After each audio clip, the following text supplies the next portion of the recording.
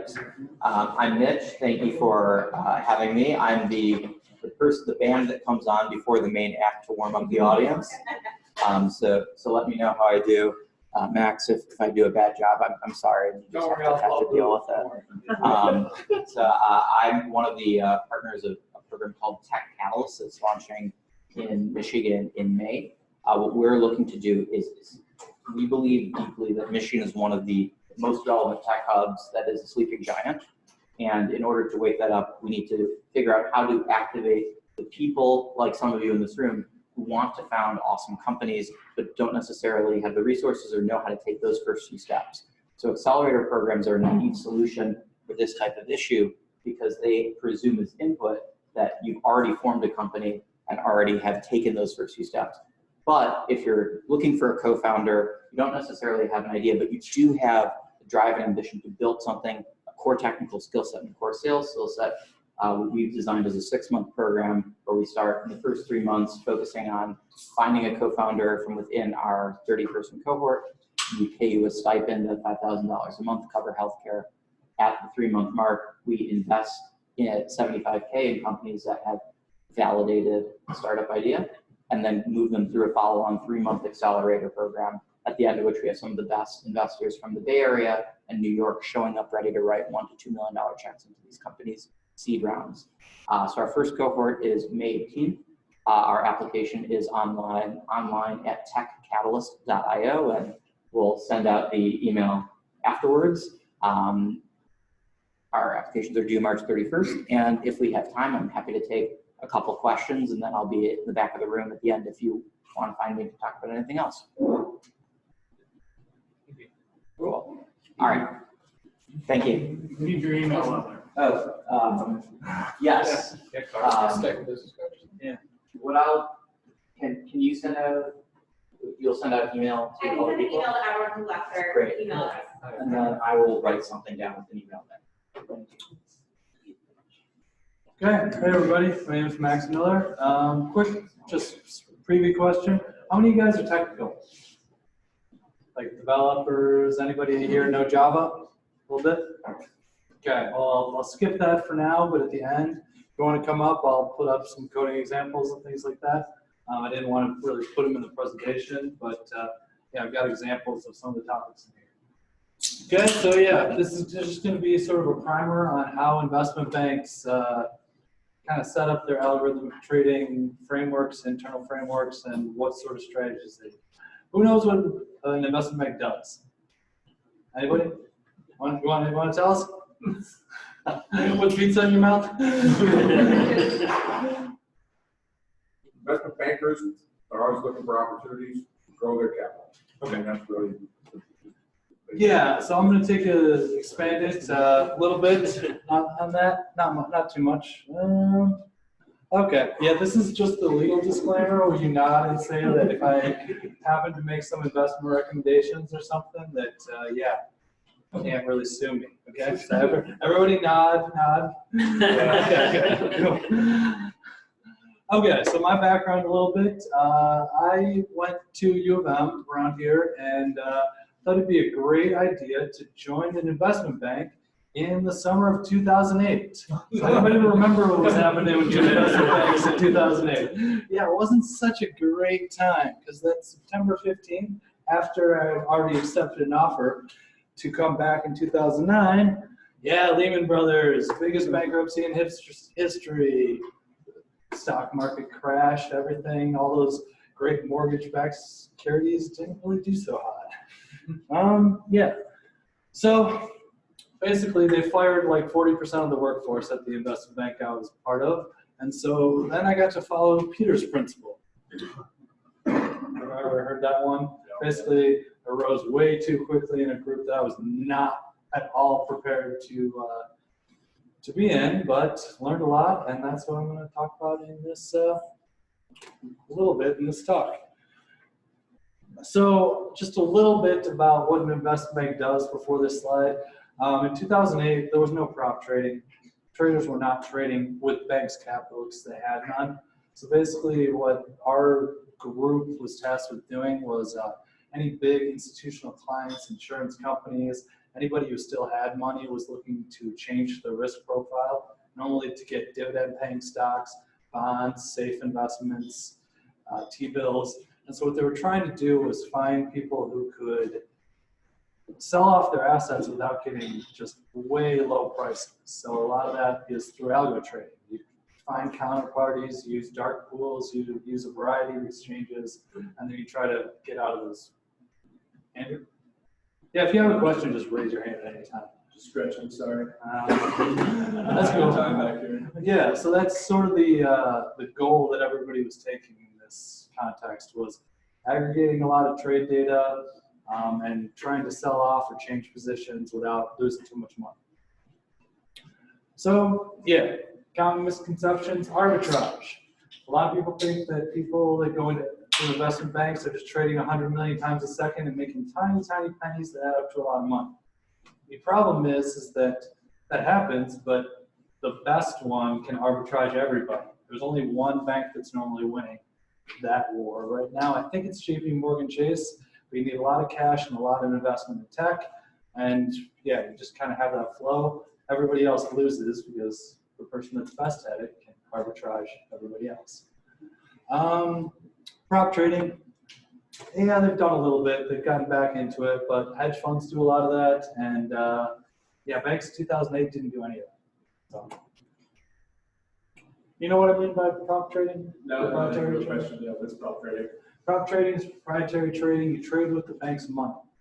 So you buy options, you normally buy options because you can highly leverage yourself. Like when I say leverage, you can take very large positions with very little money, and you actually try to take positions to make money with the bank's money. So you're effectively a little hedge fund inside of the bank. Does that make sense? Everybody good with that?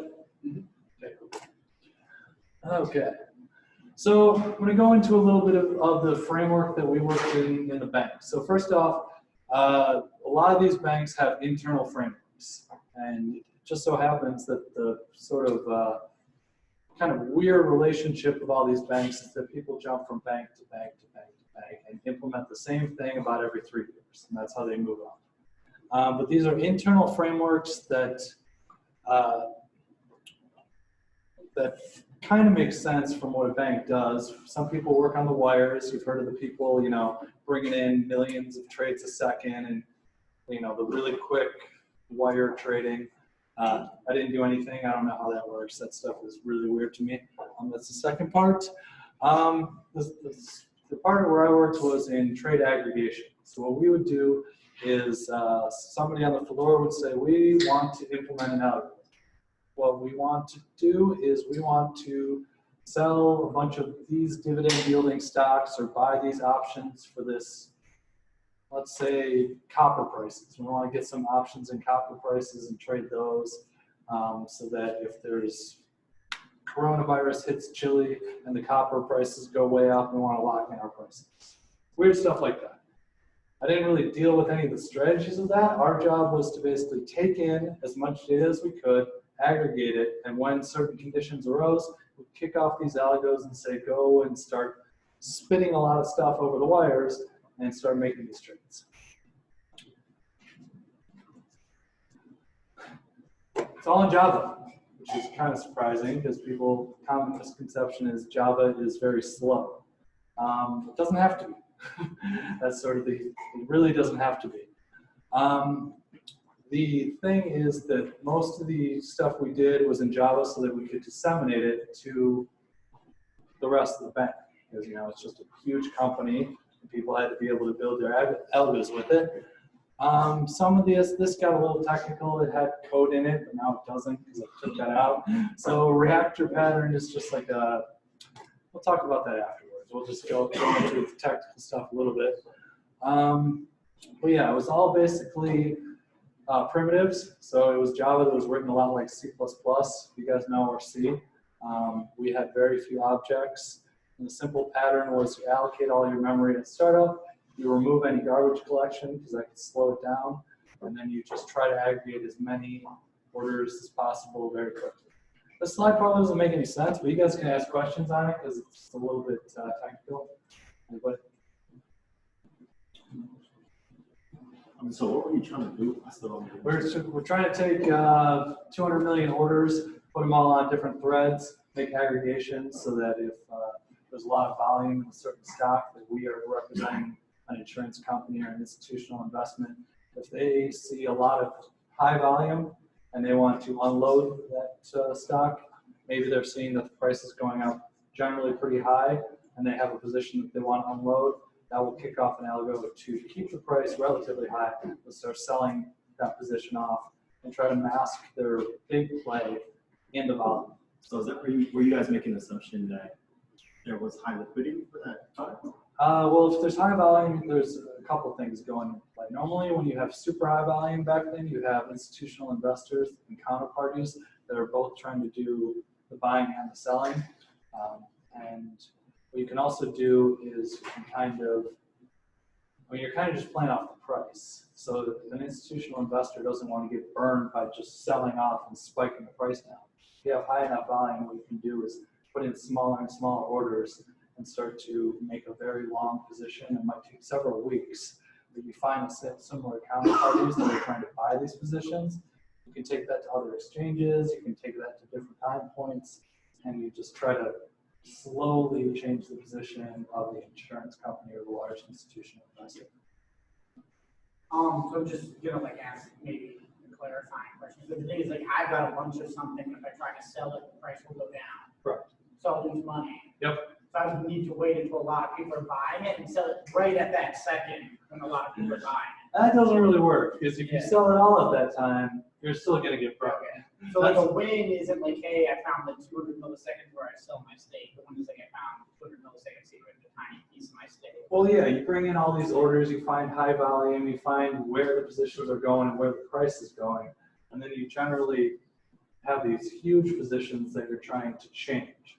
And so based on different conditions, you're trying to see when does it make sense and where does it make sense to actually start selling this stuff off or buying it, doing both buy and sell. So a lot of these things is all about it's great if you have counterparties, one person that wants to buy and sell within the same bank. Then you can just set up two algos that go out to the exchange really quickly and just go back and forth. But yeah, that's generally the idea. I'm just going to kind of skip ahead a little bit. So yeah, a little bit more technical stuff. This is what I was talking about. It's a lot like C. Every time the program would start running, it would allocate a buttload of memory, and then all garbage collections were chased down. During the execution of the program, which was normally during trading hours, maybe a little bit before, a little bit after, we actually had Oracle come in and allowed us to log all of our garbage collections, and we were done. There was no garbage collection, even in Java. Is anybody pretty clear with garbage collection, where you're cleaning out heap memory and stuff like that? Yeah, that didn't happen during execution. A lot of the patterns and a lot of the coding was trying to chunk your storage so you could load stuff into L1, L2 cache. You didn't have to go out to RAM very often. And a lot of it was just basically transmitting to single threads. So we had one thread that was routing all of these orders that we wanted to aggregate, and then the individual aggregations would happen on a thread, so that it was all single threaded after a certain level. Why were you using Java again? Why were we using Java? Why wouldn't we use Because Java? you're just like, oh, I do it like C, and we turned off the garbage collection. Then we only use primitives, and then we made it exactly like C. So I'm just kind of wondering why. That's a good question. Do it, because then you wouldn't have to go out to Oracle. You're just like, oh, you don't allocate. You just write over Well, stuff. the original iteration of this framework happened in C and then in C++. It was hard to disseminate. It's very hard to extend a C framework. I mean, it's like to use it, to get knowledge about it. Not a lot of people know C and C++. Everybody knows Java. So the dissemination was you just couldn't hire. It wasn't really that it's just the developers was the block. Yeah, most of the people that use this framework didn't start off maybe as developers. A lot of them were business guys who built these algorithms. So teaching them just a little bit of Java and saying for your collections and for your aggregations, follow this pattern, use this framework, and you can build an algo in and out. This is like a terrible development strategy. So the algorithm will be relatively simple. Yeah. Yeah. Trading algorithms are normally not that complex. You wait for a condition. On that condition, you execute all sorts of different patterns. Some are longer plays, some are shorter plays. But a lot of them are not super complex. Okay. So you're saying we can go out and burn these guys now? You said it. I was just inferring. Yeah, no, so we use Java. But yeah, like C, you're right, exactly right. We didn't have to allocate our own memory per se, but we had to chase down every garbage collection. So we need to know underlying what's happening. I will say that we did benchmark against C and C++.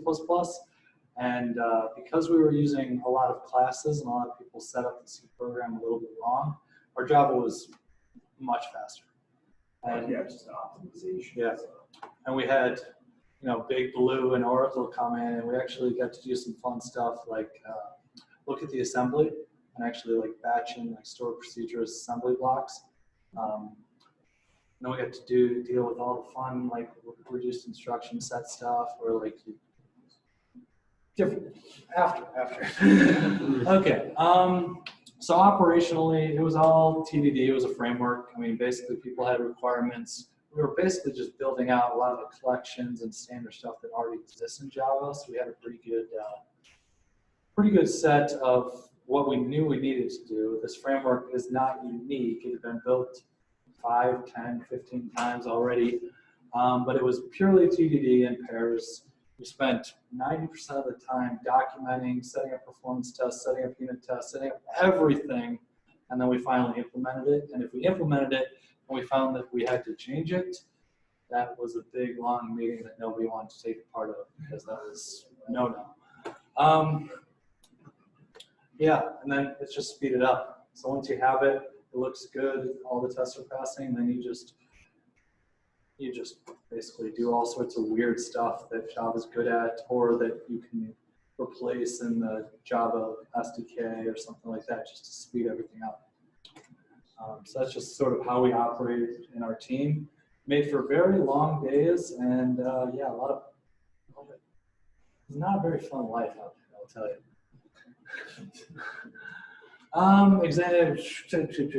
Example collection. This was purely technical. Those 3 slides that I took out that we could look at. All array based. You basically make an in-memory database, which is all our aggregation. So we insert a record, we get an index back, which is just the index into the arrays, then you store data. We keep our collections very compact, so unlike a database, the IDs they go sequential until you remove something, and then you reuse it. So you can keep the arrays very tight.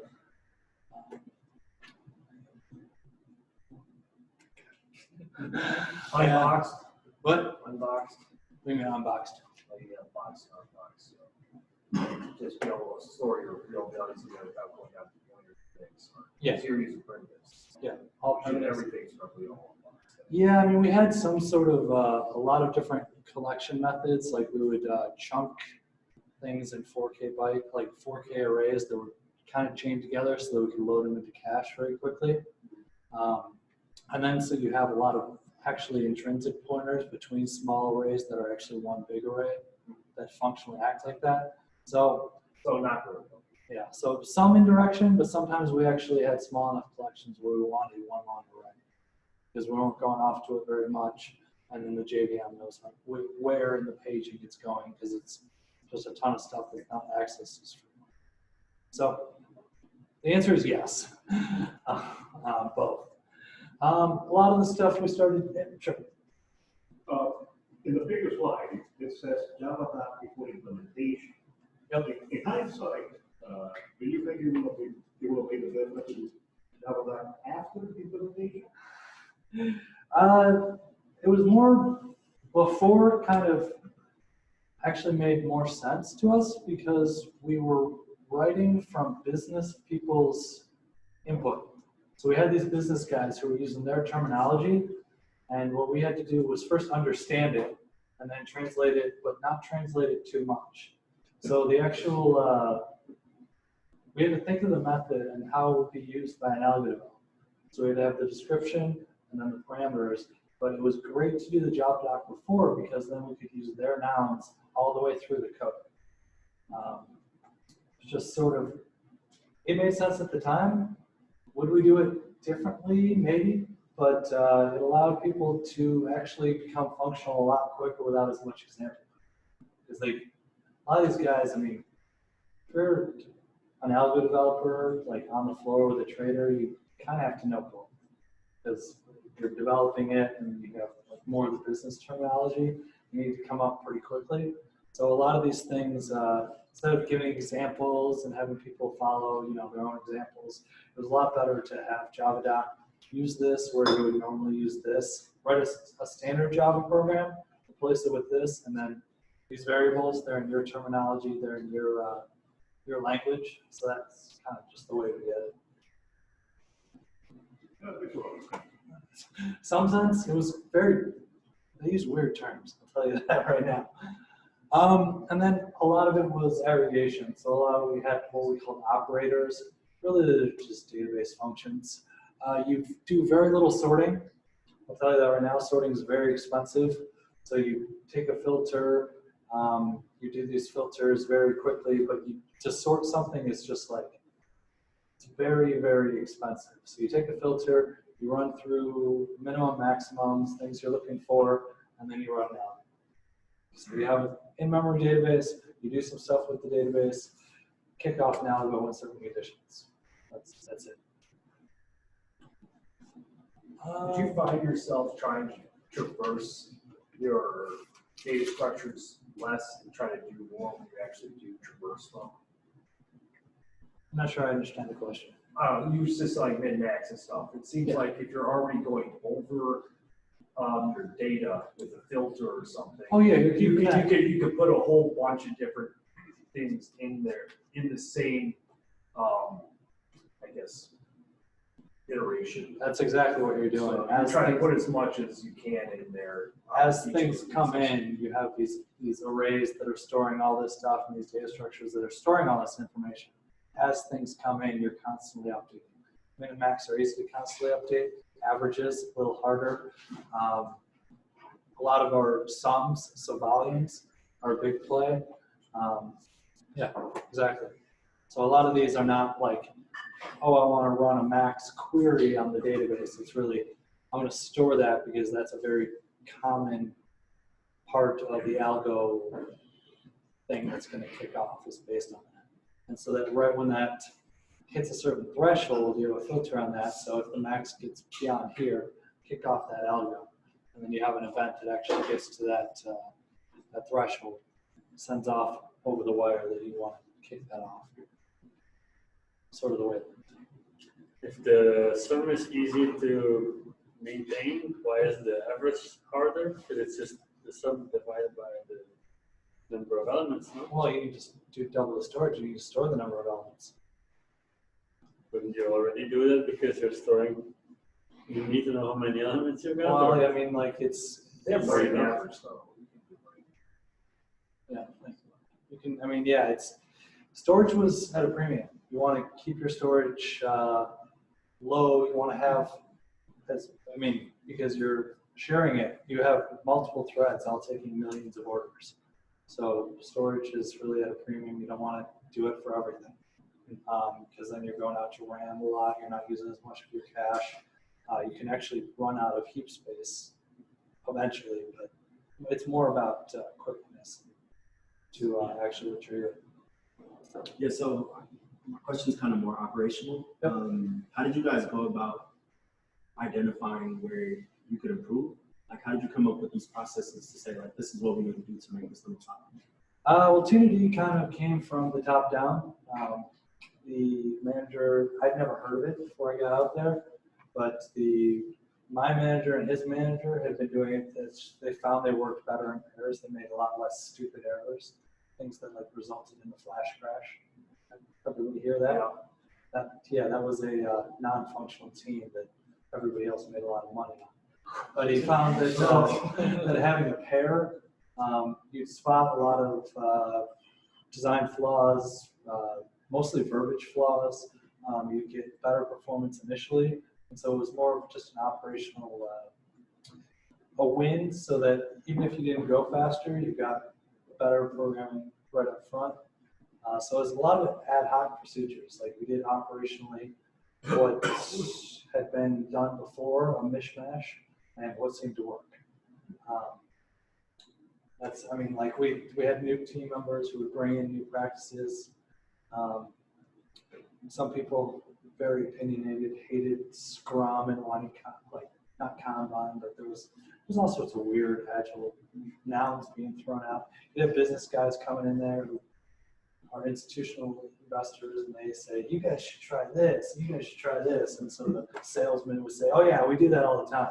We have no idea what it was. But what about like algorithmic? Like you talk about how you guys came up with these strategies to make your software like extremely efficient. Where is it like handled? A lot of that is just in Java is reading Java code. So I'm actually reading like Java util and stuff like that and seeing. A lot of it's removing exception blocks, like just validating or throwing it out if it doesn't meet validation.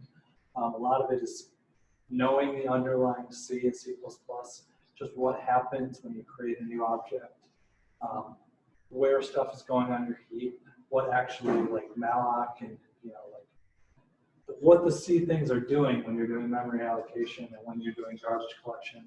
A lot of it's just knowing the underlying structure and then kind of inspecting that in Java. It's all primitive based. I mean, like you remove most of the objects. The only objects we really allowed were for implementers to implement a few classes, and then like there would be one class, and all the storage would be under that one class. That might have not answered it. Okay. Did you find that you had to work with the hardware maintainers? Or I kind of wish, because they had a lot. They were doing a lot of fun stuff, but mostly that was the wire team. They were mostly CE guys, so the guys that knew how to package up stuff over the wire tended to be the guys who were more computer engineers and knew how to either optimize, reduce instruction set computers and what algorithms they would be best at running over 1 million GPUs, threads. Not really. Because like a lot of your stuff is kind of dependent on your processor, RAM, and all your everything, right? Definitely, and we had a variety of different strategies. I mean, like it really depended on the on how simple things got. There were some algorithms that once they started, like once we kicked off an algorithm, a lot of them didn't have any software. They were strictly hardware, and you just like actually put in conditions, and it would just run trades as quickly as it could, sending out wire messages, and they like They just programmed it with hardware. effectively, yes. I mean, and that was actually more common practice. We were one of the last ones to do it. A lot of the arbitrage shops that saw arbitrage from a few things were just all hardware. They saw bid ask going crazy, and or multiple exchanges, they would just have hardware running it. It's just that when you have hardware running something, it's really kind of hard to monitor until you've lost $10 million. So, Yeah. Or change it. Yeah. Anything else?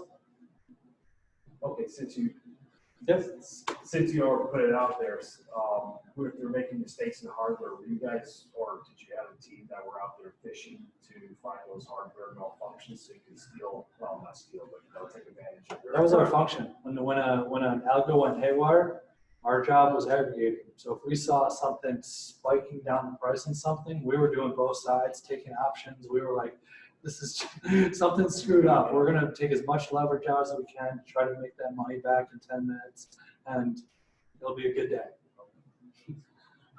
And if we were on the other side, a lot of people got fired. Now, more just questions. All open-ended. Yeah, sure. You first, then you. I got 2 questions. Sure. One, what are your thoughts on the Robinhood situation? Normally, you have to code for leap year. That's my thought on that. Robinhood, got a guy over here who knows a lot more about what to use for options, and Robinhood I don't think is it. But I think they did. They're one of the first that like allowed like everybody to get into the options game. And that's worth something, I guess, if you're into that sort of thing. After I left New York, I keep up to what the market's doing, but I stuck all my money in SP, Spider or SPY, and I'm just not touching it. I don't think about it. I need to leave it behind. Then I'll do your question, then I'll do your second question. You can't monopolize it, man. I kind of had a question just about like the human component of the system, because it sounds like churning, like developers and churning, like analysts was a big part of how the system reached equilibrium, was by people getting fired or promoted. It was 2008, 2009, man, and then we had so many people that were out of work. If you didn't want to be there, they had 3 guys lined up to take your job. Like, I mean, it was just, yeah, it was. I thought it was stressful when I went out there. I didn't realize it was the most stressful it's ever been out there during that time. If you were to get your own data, like just for your stocks and option bids, where would you go up with? If I were to get my own data, data was always given me. We had the big InfiniBand feeds coming from all the exchanges, like coming to us. So I never had to get my own data. That was the one luxury. We had it all. We had too much. But do you have a place where you would get that data? I'm not into that stuff anymore, man. Right now, there's 2 big places you can get it. The newest one's called Polygon.io. Polygon, like their shape, and another one which is more along the retail broker fee side is called Exignite, and Polygon is like $200 to $1,000 a month depending on what tier you want. And Exignite somewhere between $3,000 and $5,000. Thank you. What was driving the hardware constraints that you were trying to optimize for? Was it the cost of more hardware or better hardware? Was it something else? Hardware constraints were almost always, when you say hardware constraints, I mean, Why not just get a faster computer? we had fast computers.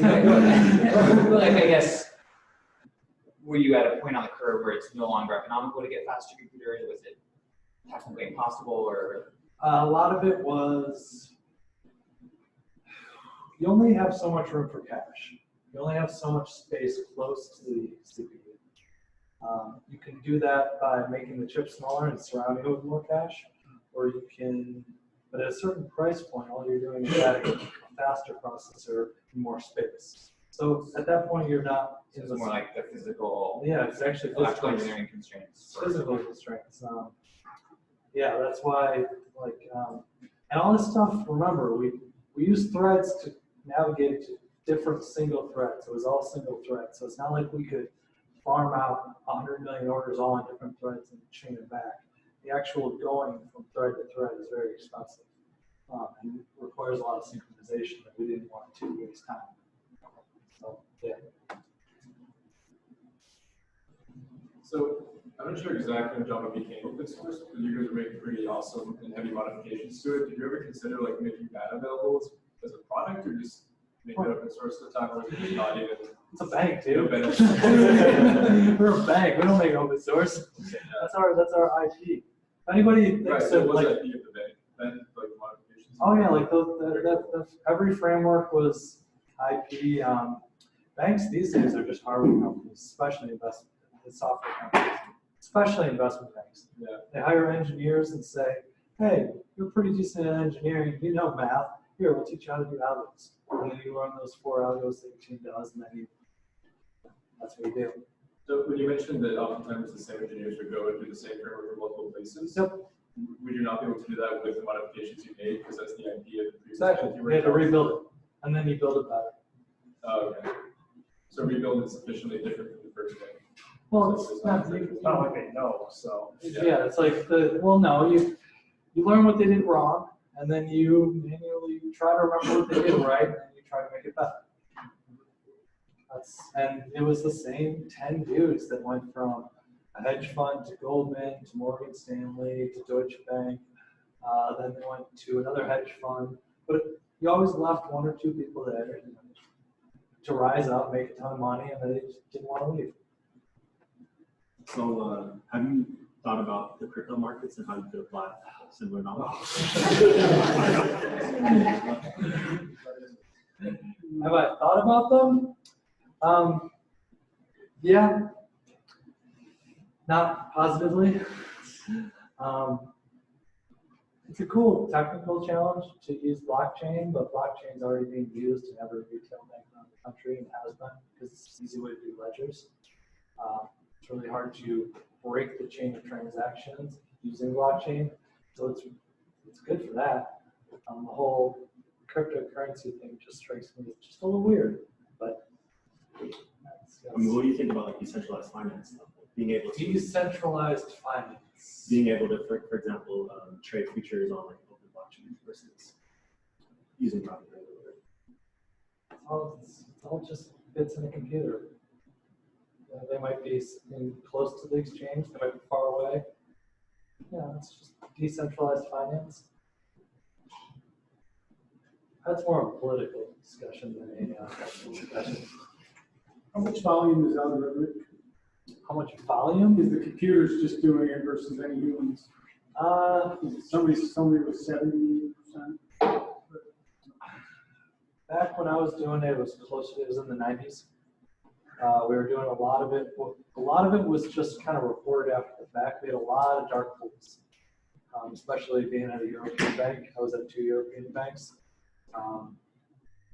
Yeah, these days, a lot of the times it's fragmented, and when the economy started kicking into gear, you had a lot more action from a lot of people. It's probably less, but a lot of the brokers now have small algorithms that are, a collection of, like, I think Robinhood is just a collection of a ton of individual investors trading as big blocks. So it's kind of hard to tell what it's, I don't know, honestly, but I know it's a lot. How about AI and machine learning? How much did you do with that, or is it not being applied here? Not really. At the time, it wasn't really applied because the guys making all the money, the prop traders and the guys investing for institutions, they know way better than machine. Machine can't do this. Even if they're super analytical, there's some things that hopefully not too much, but part of your gut. I don't know how much I buy that, but I'm sure there's a lot more now. So I have no idea what questions anymore. Let's go. I'll get it in a second. You mentioned dark pools? Dark pool is kind of like an interbank exchange. So you find let's say you are who has a ton of money and looks to buy stuff. Let's say you're from Saudi Arabia. You represent, big oil money coming in there. You want to invest a ton in something that an insurance company who's changing the risk profile happens to have. If you align both parties, what you can do is basically trade it, report it to the exchange, but by the time it's already been traded, then you have to report it, but it gives the bid and ask, you can tighten it and just kind of transfer from one party to the other. That's within one pool. If you do it within multiple banks, that's a dark pool. 3 or more banks all trading these sort of like already arranged deals where you find counterparties kind of putting big blocks of bid asks out there, like big counterparties, and then when those match up. All right, so you don't have to go out to the actual exchange necessarily. All right. So I have this really annoying thing called taxes whenever I make capital gains or losses, but if you're making millions a second, I don't know how the government keeps up with that, or they don't. Well, it's all recorded, all goes out to the exchange. Yeah. So Talking about capital gains, you're getting into political area right now. Yeah, I know. So anyway, so you're basically just say, hey, we have this scavenger stuff. Well, I mean, those capital gains comes back office when you do all the reconciliations, you have CPAs going in and see what your actual position is at the end of the day. After all of our stuff was done, we shipped it out to data centers where people would crunch through, all the data would go out through there. It could be a lot slower, and then they would figure out how much money we actually had. And in the case of some banks, they found out they were negative, and then they went bankrupt. Your 1099 just ends up at $1 million papers instead of 10. Security a concern for you guys in terms of your application volume? Not really. I mean, it should have been, but not really. You weren't getting, it was really tough we weren't, no. I mean, it wasn't. I mean, we were on a closed network going to the exchange or from the exchange, and we were going fast enough so that by the time anybody logged into our thing or maybe hijacked it, we were already, they couldn't really override it, I suppose, unless they really knew what they were doing. I mean, I don't know. There were never too many. Most of the issues were self-counts. Flash crash was somebody who wrote an alley with an extra couple zeros. They thought they were writing in millions of a penny when they were writing in thousands of a penny. And they put in a magnitude that was stupid. What was like the cycle time for getting feedback on work you're done? If you got feedback at all, like if you were told to implement something and then did it, how long would it take until you knew if it worked well?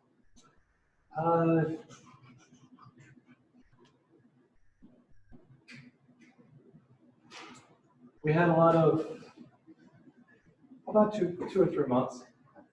It was one big framework. The framework was underpinning a lot of stuff. If we implemented a release and then the algo developer said that they were able to execute the algo better and make better profit, it's all very dollars and cents. Then sometimes you go smack on the back, good job. Most of the time you were just like, why isn't this thing going so fast? You're getting burned out there. You got a lot more negative feedback. When you did well, the bank made more money, but it was really the trader's good judgment that made the money, not the programs. You mentioned in the beginning that you moved Java 7. Yeah. So did you ever upgrade to the newest version? That was Java 8 had just come out. This is a while ago. Yeah. But I mean, a lot of the new Java implementations are adding syntactic sugar and stuff that under the covers we would rip out and just put in primitives. So were you able to do abstraction, your own abstractions, so that you get to a higher level and still get the performance you're looking for? You just Under the cover, it was all primitives, and we built a lot of utility methods that allowed us to do it. Yeah, but it was painstaking work. So this is the aggregation part. Describe how the communications is set up and what that does, just general. Just give us an example. A lot of it, what kind of APIs? no APIs. None. No, Yeah. just basically communication protocols. So people would slam as much stuff on the wire as they could, and they all had to agree on the communication chain. A lot of the times they would notate, have their own single byte code or set of like 7 or 6 bits on what they were trading that would be like sort of unraveled, but it was all about shoving as much data on both ways as possible with this few bytes. So a lot of it was just, it was a hardware problem, more of a hardware problem. The software problem was more about utility methods to do a lot of byte operations and sending just as much stuff as you could, and then processing it when you received it, and then processing it like on both sides. Was the speed because of front running? Were they trying to front run something, or was it just their algorithm needed first step to get it first? Was it a chase for that signal? It was more that more data made better decisions. So if you can send more data and receive it, then you could give it to more threads and more applications running our stuff that could make better decisions on the algorithm. So the wires were always loaded. And they were very expensive wires. Who owns the wires? The telcos? No, normally the banks own them. Like you buy a feed, to an exchange. A lot of times when you buy the feed, you can buy wires that will take the information, but you can also use extra capacity to send your own information. In the age where data is more prevalently available, how does Bloomberg charge? What do you charge, $5,000 a month? Yeah, it's like For a terminal, is this like, what the market will bear. is it the software, is it he's got access to the data, or he's got special feeds that nobody else can get? Actually, sure. I mean, charges a lot.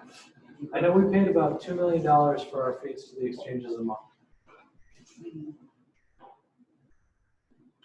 We were not the most highly, we didn't have a lot of cash. Nobody had a lot of cash. We were, that's decent chunk of change.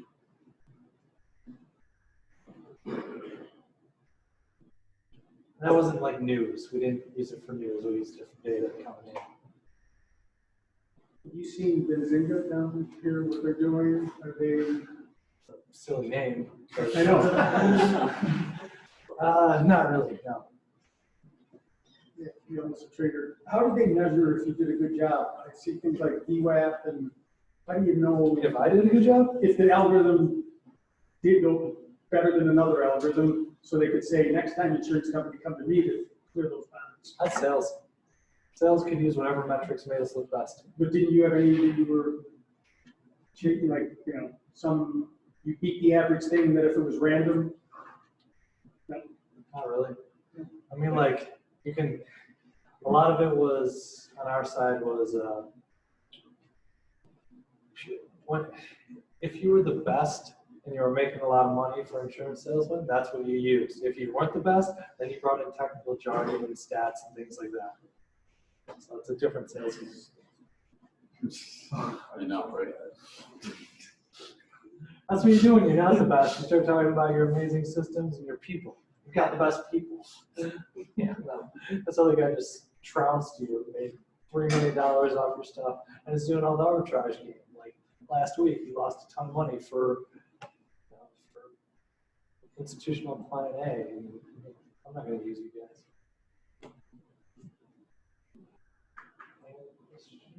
What was the team you were on? How many developers? Aggregation was 12. We worked next to the wire guys, who were 6. And then the support around there, probably another 10 or 15 guys on hardware. Small. Relatively small, yeah. But then that's not including the guys who actually built the algorithms, like Alpha framework. Those, yeah, they were big chunk. Were the algorithm builders own internal employees, or were they didn't outsource that? Does that make sense? Algos, once you have the framework, you need to know how to use the framework. It's all part of the company, and then algos are not that complex. I mean, they are, but they aren't. Like, but to find the edge is probably complex, but to monetize the edge is less. Yeah, you have to tell us what stuff we're looking for. Right. That's the hard part. And at that time, everybody was looking to get the best price on their stuff because they were all liquidated. They didn't have any cash. I take it no quantum computers are going to change this game if they're now. Actually, they might. How would that happen? I mean, like it's a lot of the hardware constraints are physical. You make the processor, the computer, a bunch of qubits that can get storage better. You can change it, maybe. I don't know. I don't do that anymore.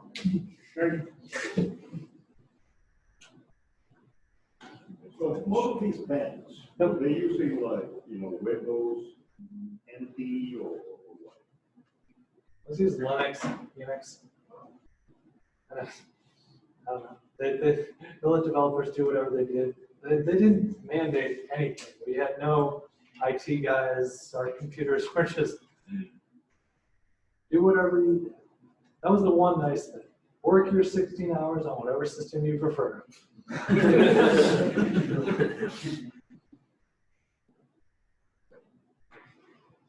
Were there any highlights aside from that? I didn't kill myself. That was a highlight. It sucks, dude. I mean, like you yell at all these bankers making their $1 million a year. They all have 3 wives, drug addictions. They never get any time with their kids. If they have kids, they look 30, they may be 35, but they look like they're 55. It's a it's, yeah. And a lot of people did kill themselves when they lost their jobs, and a bunch of people lost their jobs in the financial crisis. There was a roof that a lot of people jumped off.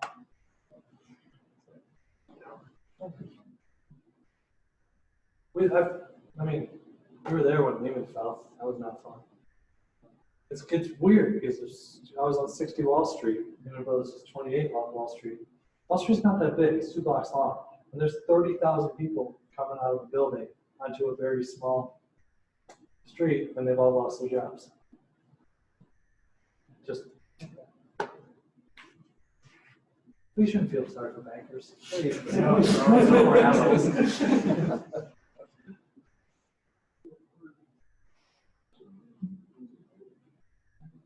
Are there any structural changes that would make this better? Oh, what kind of? I don't know. It seems like maybe there's things about this that are precarious or have too much of like an emotional tax on the individuals involved. Like, How would you bring in the utopia? the short version of the question, yeah. Eliminate money. I mean, no. It's okay if it's done. Yeah, a lot of people have a lot of opinions on that. I don't know. I have to think about that. What are you doing now? Work for Integral. Doing what? Hanging out. Work for Integral. I'm working for a client of Integral's. I'm playing with a cool data set right now outside of work that where they parsed all the ride sharing data in Chicago for legislative requirements. So I'm doing different aggregations on that, trying to figure out how Uber and Lyft price their stuff. It's fun. Yeah. The data is free, is it? How do you get the data? Chicago made it available. They did. You just need to know how to deal with 130 million records in a file really quickly. Do you do any graph knowledge base, 4J graph database? Where they do the relationships? I just do it. No, there's no relationships. I just do it all in memory. I can crunch through the file and keep the aggregations all in memory. Very similar to something else I did.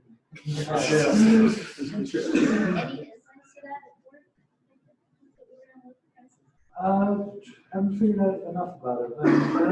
Today I had a real highlight. I was able to calculate the averages, the frequencies, the variances, the standard deviations, and the standard deviations away from the mean, which requires 3 passes through the 130 million rows, and I was able to get that in 7 minutes, down to 7 minutes. Have you thought about doing like a cross-city comparison to see how like the price? If I had cross-city data, I would definitely do that. I think New York has it, maybe. I haven't really looked enough into it. Yeah, if somebody paid me to do that, it would be a lot of fun. What are you trying to do with that data? Other than test tool about? I want to see if I can get into figure out some basics on dynamic pricing of rides. A lot of people want to know about that in Detroit, and I want to prove my buddy who I lived with in college, who works for Uber in Pittsburgh and works on that team. I want to prove that I figured out his equation. Totally, just we're always showboating. Are there data sets available for Detroit? Are there data sets available for Detroit? Not that I know. It's just Chicago, New York, right? I know about the Chicago one. That's what I've been dealing with. So I think New York has put in a law that says that on the ride sharing, they're gonna start collecting that data. Chicago approved the law to make that mandatory that they report the data. Yeah, and then the ride sharing companies reported how ugly it is to most Right. arbitrary or possible. Yeah. Fun. Anybody else? Anything? Open questions. Does the GDPR standard mean you have to delete a bunch of the data? You can't store all that stuff anymore, or is it anything you're doing? You know, that you can erase yourself and data doesn't live forever laws? Nope. Not it. This is the United States. So. Yeah. I know. You think you have a right to privacy? Not really. No.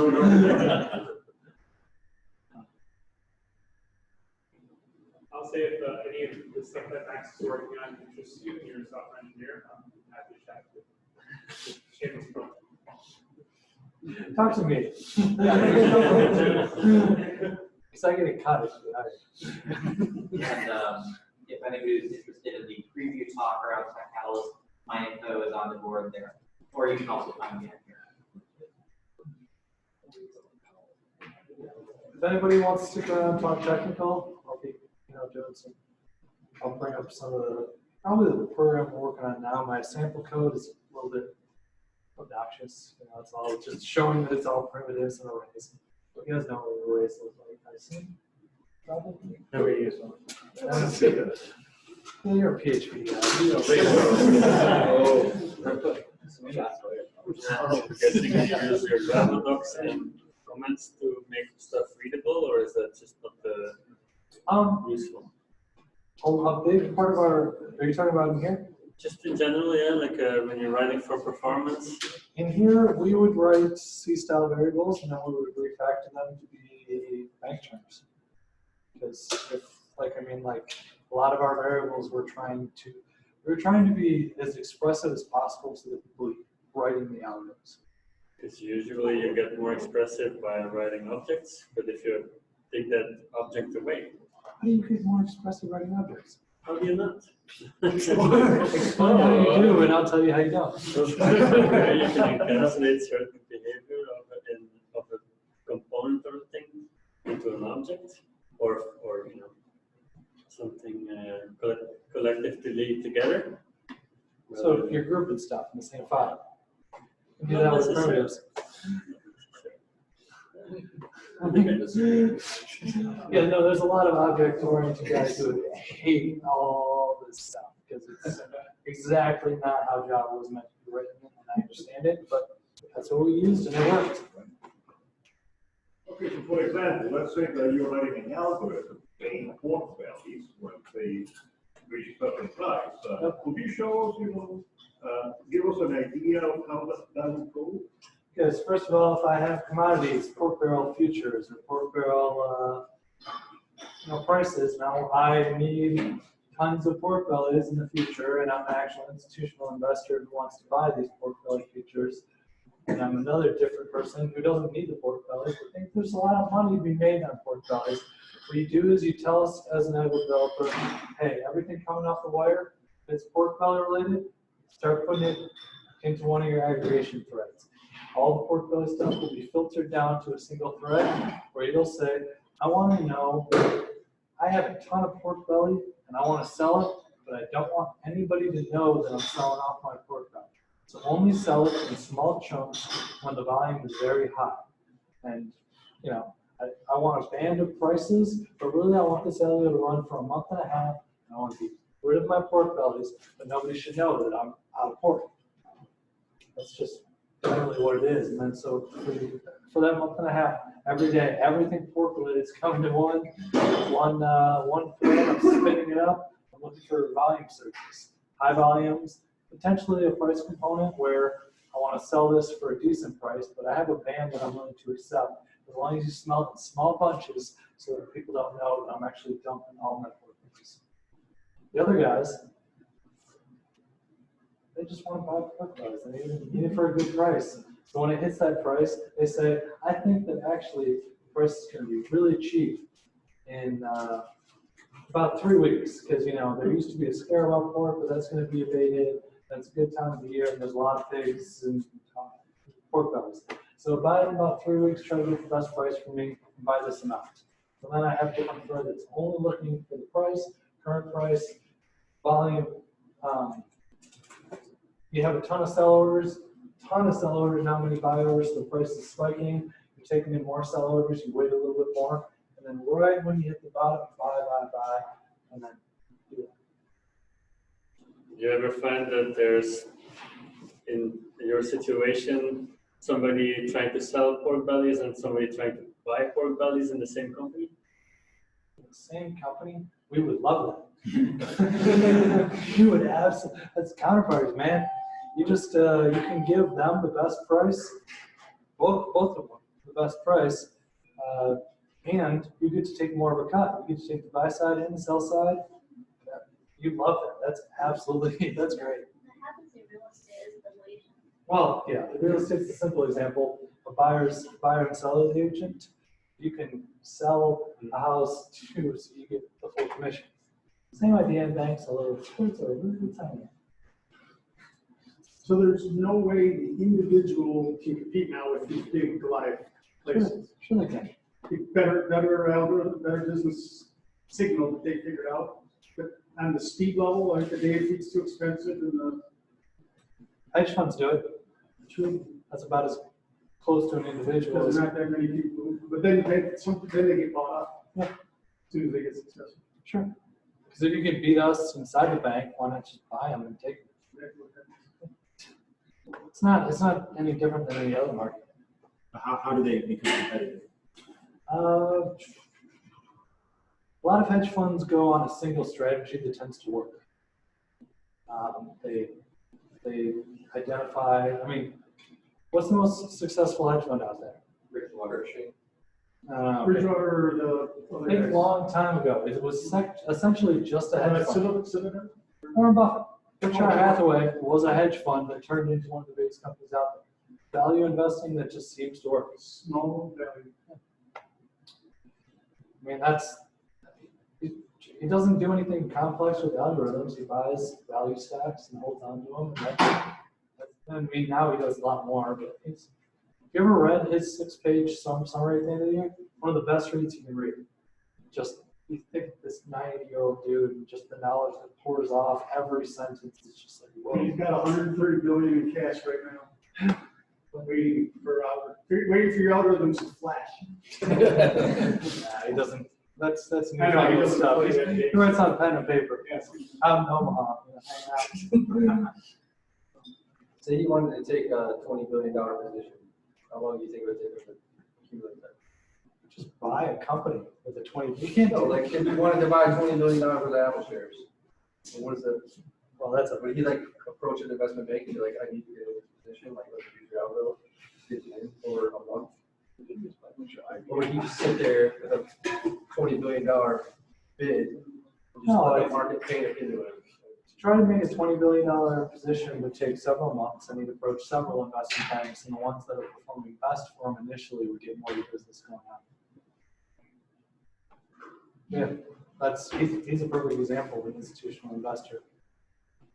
Can I clarify that question? Just because I don't have the same background as you. So was the question around how do you get the best prices for the $20 billion? No, it's like, say I'm working and I have 20 billion that I want to put in Apple, like now.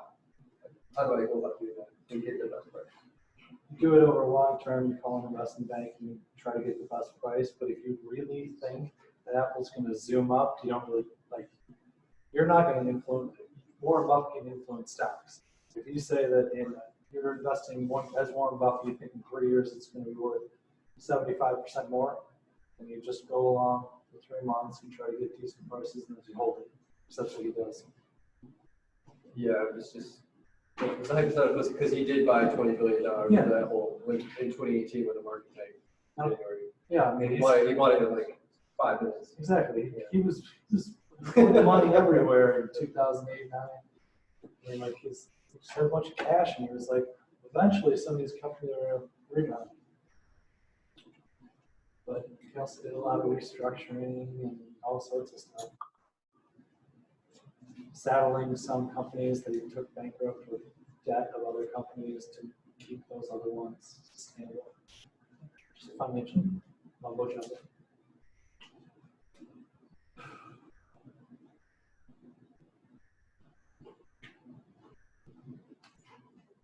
You think the market panic was an overreaction this week?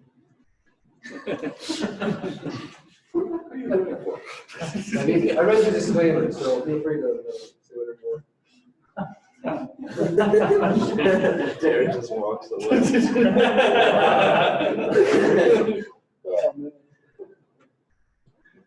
I put my money in S&P and I'm letting it sit there, and I follow the financial stocks and things like that and just laugh and think about how much I don't care about that stuff anymore. So maybe, who knows? I'm not going to be trading options in this time. That's, I mean, Derek, I work with you every day. You know my just got pulling my change. Because you find, if you're a normal person, you find that you have enough where you need to live on. I mean, it's not like, this pathological. I'm going to take the first part of your question. I'm not a normal person. Let's assume for a second that I am. Yeah, sure. Yeah, so it's like, a lot of these billionaires seem to have a pathological compulsion. That if you cheat them by a few cents, they get angry. Whereas you and I would be like, oh, it's just a couple of pennies. I mean, a lot of people ask me, the prototypical question is, has Bill Gates done more after he sold Microsoft or before he sold Microsoft? Microsoft increased the productivity and the efficiency of the world by much more than he can ever do with the Bill and Melinda Gates Foundation. Industry, creating Windows, creating operating systems, whether he was a monopoly or abused all of his power, he increased everybody's productivity. He's one of the biggest rises in technology, and he's done way more in that function than I think he'll ever do as a charity. So I believe in big business and people like that with an idea, growing their businesses, hiring people, and trying to, sometimes they're doing shady stuff, but make a market for that. Fix it with a market. Carbon credits. Make a market for that. Sell your pollution, all that sort of stuff. Let's get political. I'll stay away from that.